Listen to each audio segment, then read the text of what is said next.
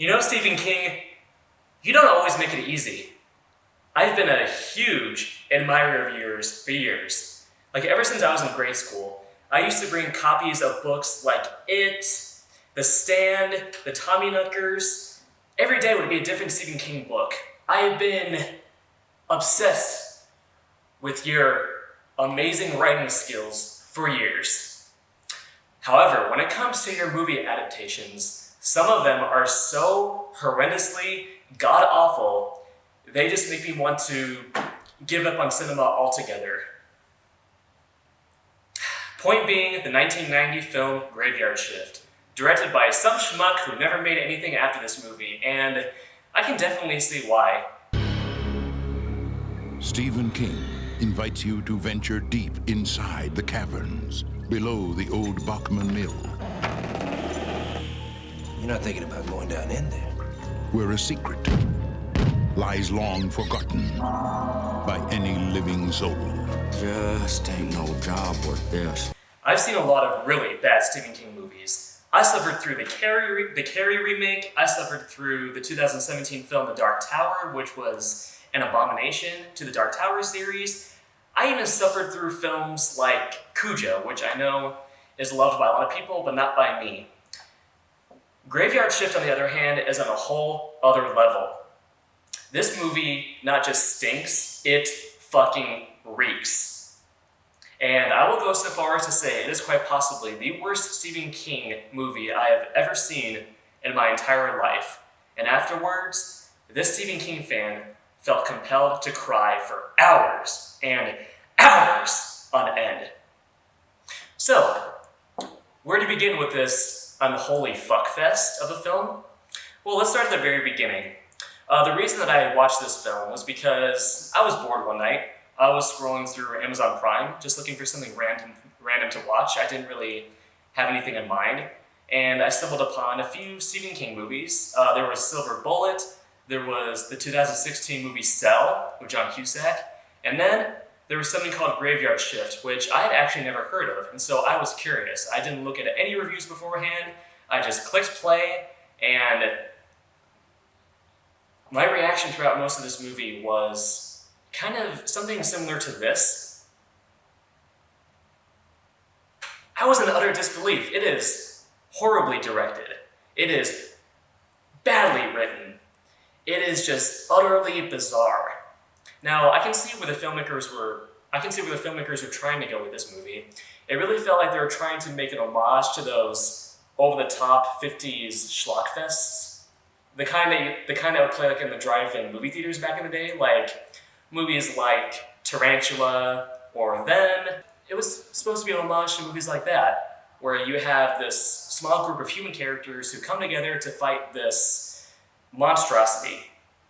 Here's the thing though, the difference between Graveyard Shift and movies like Tarantula is that those old 50s movies had charm.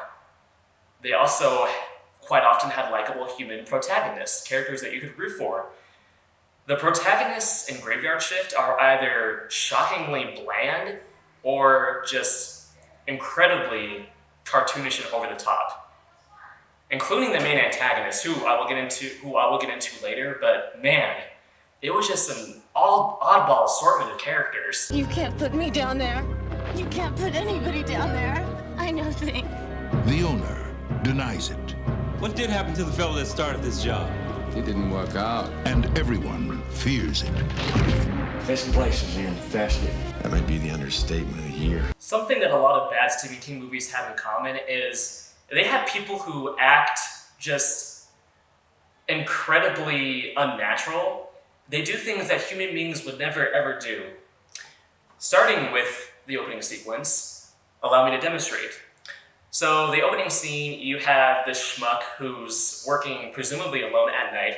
He's operating this cotton picker. He's listening to music. He's surrounded by a huge number of rats who are just kind of watching him. And right off the bat, this guy does some incredibly weird things. He starts naming these rats, like he calls one of them Doors. He picks one of the rats up by the tail, which, by the way, PETA, I'm not sure if you saw any prints of this movie, but it kind of looked like they were harming animals for real. But anyway, he picks a rat up by the tail, he throws it into the cotton picker, and then you see close-ups of the rat's blood just getting mixed in with his cotton, which, by the way, what the hell? Who would ever do this? He is risking his whole career by just butchering these rats. It was freaking bizarre. And then you see a shot of this ominous shadow just kind of creeping along the wall, and then we're to assume that this is some sort of monster, which ends up attacking him, pushes him into the picker, which results in a pretty gory death scene where he gets mutilated by this machine. We see his mutilated foot, and that's just the opening of this movie. Just something that was so unbelievable. And a lot of bad Stephen King movies feature sequences like this. For example, there was the 1986 film Maximum Overdrive, which Stephen King himself directed, where Emilio Estevez's character is called into his boss's office. His boss is asking him to work some overtime, and the boss acts like this mustache-twirling cartoon villain. Like, he starts laughing maniacally, and just examples of outrageous human behavior that is just cringeworthy. So following that opening sequence, we get some fairly decent atmosphere shots of like the swamp where you see like these gravestones that have begun to submerge underwater. You see the you see the rundown mill, which is the main location of this movie. And then we get a performance from the terrific Brad Dourif. And I say terrific because anything Brad Dourif is in, he pretty much is the highlight of the movie.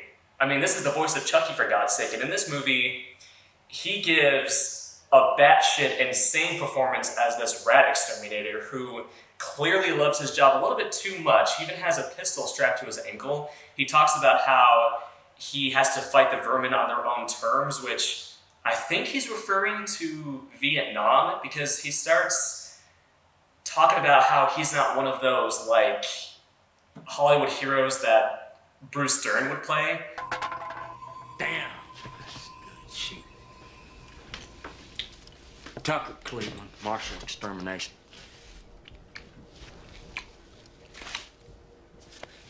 He provides some entertainment value. After his sequence, we get introduced to our main hero, who looks as if he just stepped out of a sweaty Calvin Klein ad.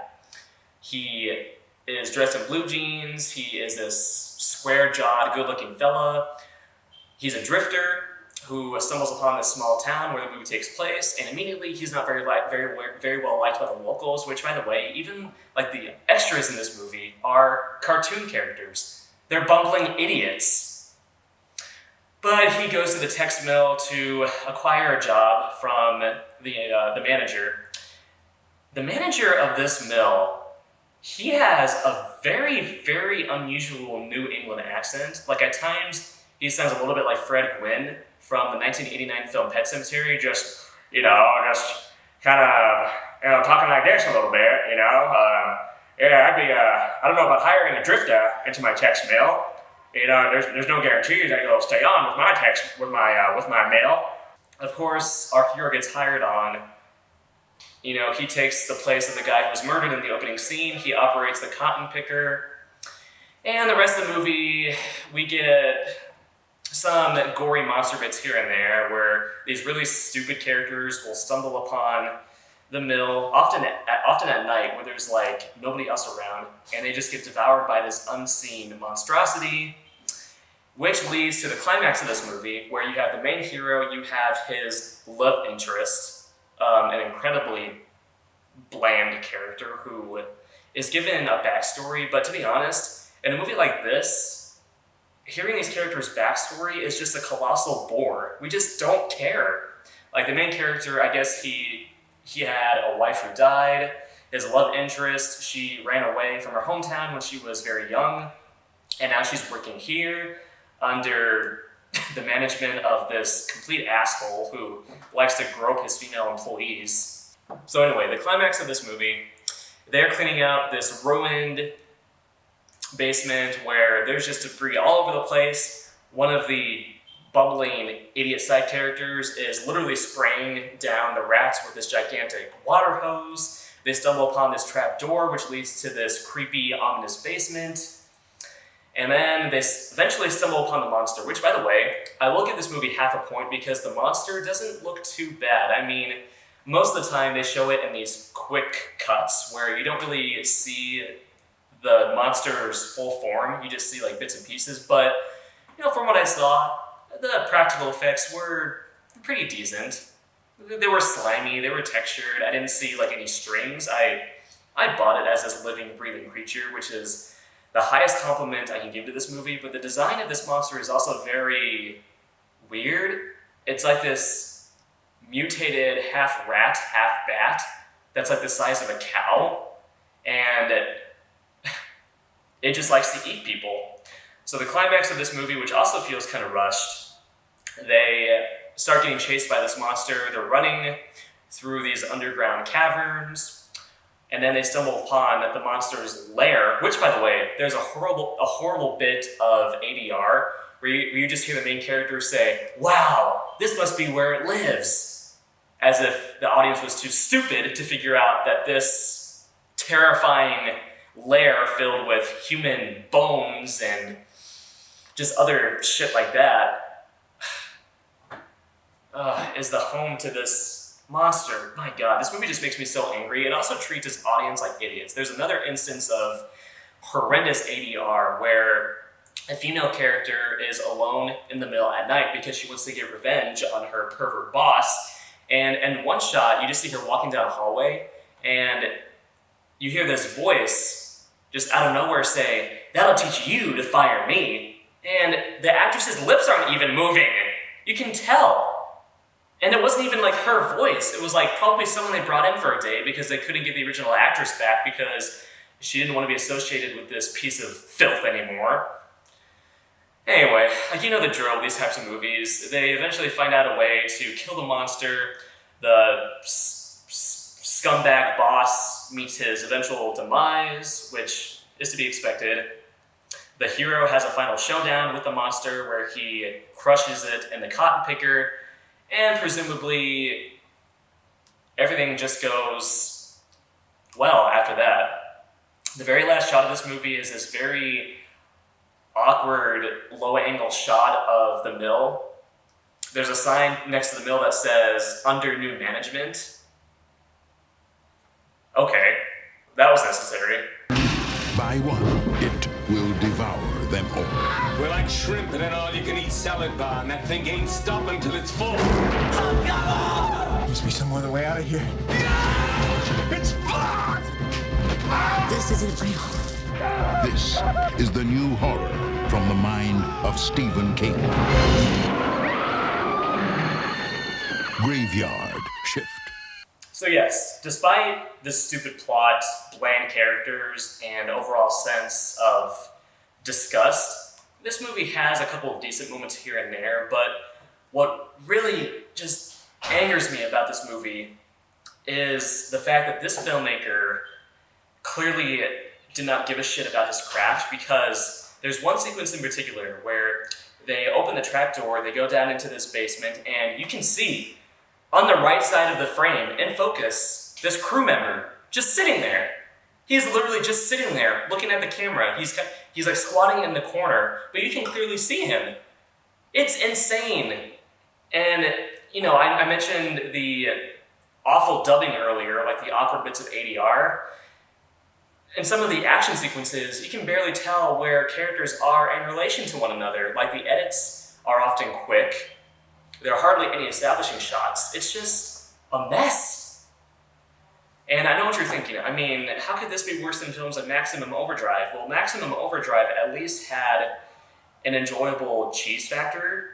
There was some unintentional hilarity in Maximum Overdrive. This movie, though, was mostly just a huge bore fest.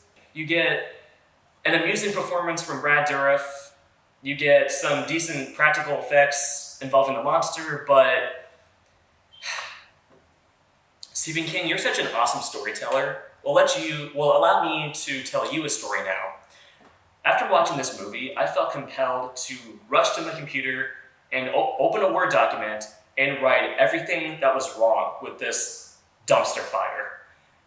I ended up writing at least 10 to 15 pages of everything that pissed me off about this movie. No exaggeration.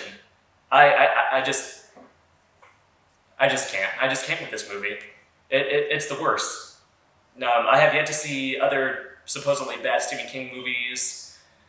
I'm sure I'll get around to them in the future, but for now, this just angered me to my core, and congratulations everyone involved with this movie. You didn't do justice to the source material. I know Stephen King himself had a hand in writing the script, but sir, I just have to be honest, you didn't even do justice to yourself. Graveyard Shift. Just the worst. So anyway, guys, thank you for joining me in another episode of Quick Frights. I really enjoy doing these. I just enjoy giving you my quick thoughts on a horror movie that I had just watched. I plan on doing more of these in the future. If you liked what you saw here, you can go and subscribe to my channel, Round the Clock Frights. We will be bringing you more horrific content monthly. This week, we're seeing the sequel to 47 Meters Down, which I'm looking forward to because I'm hoping it is just terrible, but enjoyably terrible. But yes, thank you again, and have a great day, boys and ghouls, and take care.